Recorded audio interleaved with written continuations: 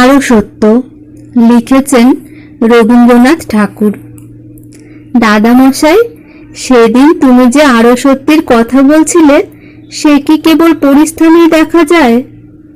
আমি বললুম, তা নয় গো, এ পৃথিবীতেও তার অভাব নেই, তাকিয়ে দেখলেই হয়। তবে কি না সেই দেখার চাউনি থাকা চাই। তা তুমি দেখতে পাও? আমার ওই গুণটাই আছে, যা না দেখবার তাই হঠাৎ দেখে ফেলি।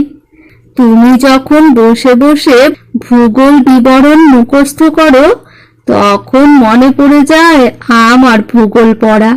তোমার ওই ইয়াং সিকিয়াং নদীর কথা পড়লে চোখের সামনে যে জিওগ্রাফি খুলে যেত, তাকে নিয়ে এক্সামিন পাশ করা চলে না। আজও স্পষ্ট দেখতে পাচ্ছি সারি সারি উট চলেছে রেশমের বস্তা নিয়ে। একটা উটের পিঠে আমি পেয়েছিলুম জায়গা। সে কি কথা দাদামশাই, আমি জানি তুমি কোনো দিন উঠে চড়নি। ওই দেখো দিদি, তুমি বড় বেশি প্রশ্ন করো। আচ্ছা, তুমি বলে যাও, তারপরে উট পেলে তুমি কোথা থেকে? ওই দেখো, আবার প্রশ্ন। উট পাই বা না পাই, আমি চড়ে বসি। কোনো দেশে যাই বা না যাই, আমার ভ্রমণ করতে বাধে না, ওটা আমার স্বভাব। তারপরে কত শহর গেলেম পেরিয়ে, ফুচুং, হাংচাও, চুংকুং, কত মরুভূমির ভিতর দিয়ে গিয়েছি রাত্রির বেলায়, তারা দেখে রাস্তা চিনে চিনে। গেলুম উসখুস পাহাড়ের তরাইয়ে, জলপাইয়ের বন দিয়ে, আঙুর ক্ষেত দিয়ে, পাইন গাছের ছায়া দিয়ে। পড়েছিলুম ডাকাতের হাতে, সাদা ভালুক সামনে দাঁড়িয়েছিল দুই থাবা তুলে। আচ্ছা, এত যে তুমি ঘুরে বেড়ালে, সময় পেলে কখন? যখন ক্লাস শুদ্ধ ছেলে খাতা নিয়ে পরীক্ষা দিচ্ছিল। তুমি পরীক্ষায় পাশ করলে তাহলে কি করে? ওর সহজ উত্তর হচ্ছে, আমি পাশ করিনি। আচ্ছা, তুমি বলে যাও। এর কিছুদিন আগে আমি আরব্য উপন্যাসে চীন দেশের রাজকন্যার কথা পড়েছি। বড় সুন্দরী তিনি। আশ্চর্যের কথা কি আর বলবো, সেই রাজকন্যার সঙ্গেই আমার হলো দেখা। সেটা ঘটেছিল ফুচাও নদীর ঘাটে। সাদা পাথর দিয়ে বাঁধানো ঘাট, উপরে নীল পাথরের মণ্ডপ, দুই ধারে দুই চাপা গাছ, তার তলায় দুই পাথরের সিংহের মূর্তি। পাশে সোনার ধনুচি থেকে কুণ্ডুলি পাকিয়ে উঠছে ধোঁয়া। একজন দাসী পাখা করছিল, একজন চামর দোলাচ্ছিল, একজন দিচ্ছিল চুল বেঁধে। আমি কেমন করে পড়ে গেলুম তার সামনে। রাজকন্যা তখন তার দুধের মতো সাদা ময়ূরকে দারিমের দানা খাওয়াচ্ছিলেন। চমকে উঠে বললেন, কে তুমি?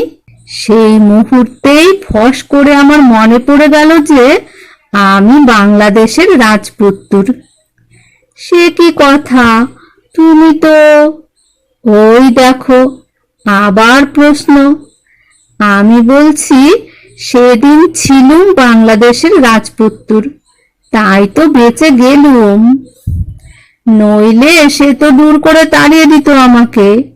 তা না করে দিলে সোনার পেয়ালায় চা খেতে, চন্দ্রমল্লিকার সঙ্গে মেশানো সেই চা, গন্ধে আকুল করে দেয়। তাহলে কি তোমাকে বিয়ে করলো নাকি?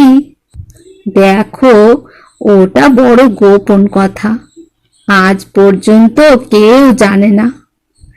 কুসমি হাততালি দিয়ে বলে উঠল, বিয়ে নিশ্চয়ই হয়েছিল, খুব ঘটা করে হয়েছিল।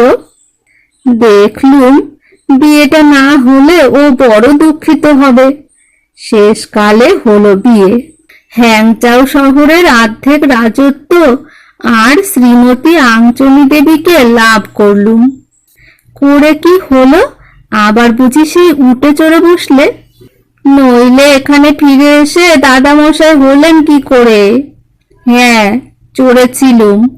সে উট কোথাও যায় না। মাথার উপর দিয়ে ফুসুন পাখি গান গেয়ে চলে গেল। ফুসুন পাখি?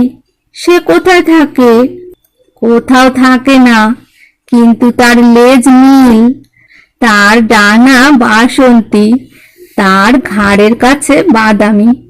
ওরা দলে দলে উড়ে গিয়ে বসলো হ্যাচাং গাছে।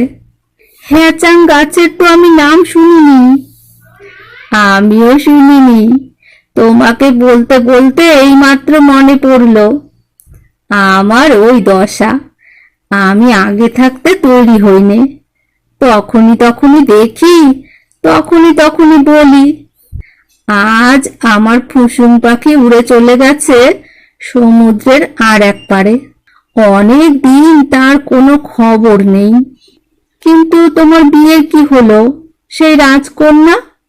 দেখো, চুপ করে যাও, আমি কোনো জবাব দেব না।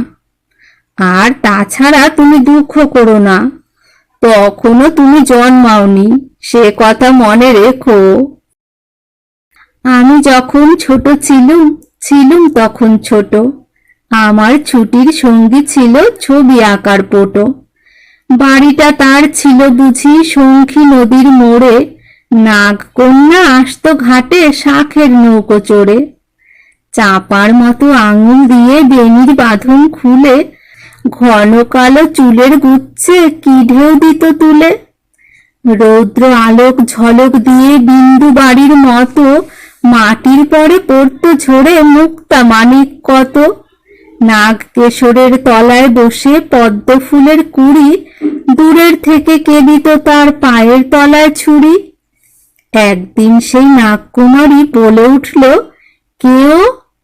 জবাব পেলে, দয়া করে আমার বাড়ি যেও।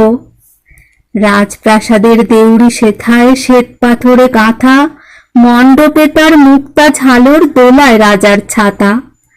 ঘোর সওয়ারি সৈন্য সেথায় চলে পথে পথে, রক্ত বরণ ধ্বজা ওড়ে ৩০ ঘোড়ার রথে।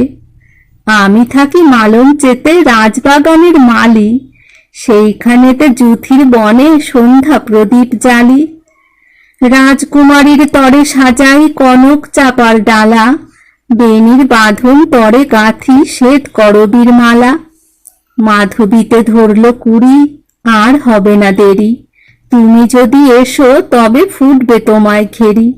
উঠবে জেগে রঙন গুচ্ছ পায়ের আসনটিতে, তোমার সামনে করবে নৃত্য ময়ূর ময়ূরীতে। বনের পথে সারি সারি রজনীগন্ধায়, বাতাস দেবে আকুল করে ফাগুনি সন্ধ্যায়। বলতে বলতে মাথার উপর উড়ল হাঁসের দল, নাগকুমারী মুখের পরে টানল নীলাঞ্চল। ধীরে ধীরে নদীর পরে নামল নীরব পায়ে, ছায়া হয়ে গেল কখন চাপা গাছের ছায়ে। সন্ধ্যা মেঘের সোনার আভা মিলিয়ে গেল জলে, পাতল রাতি তারা গাথা আসন শূন্য তলে।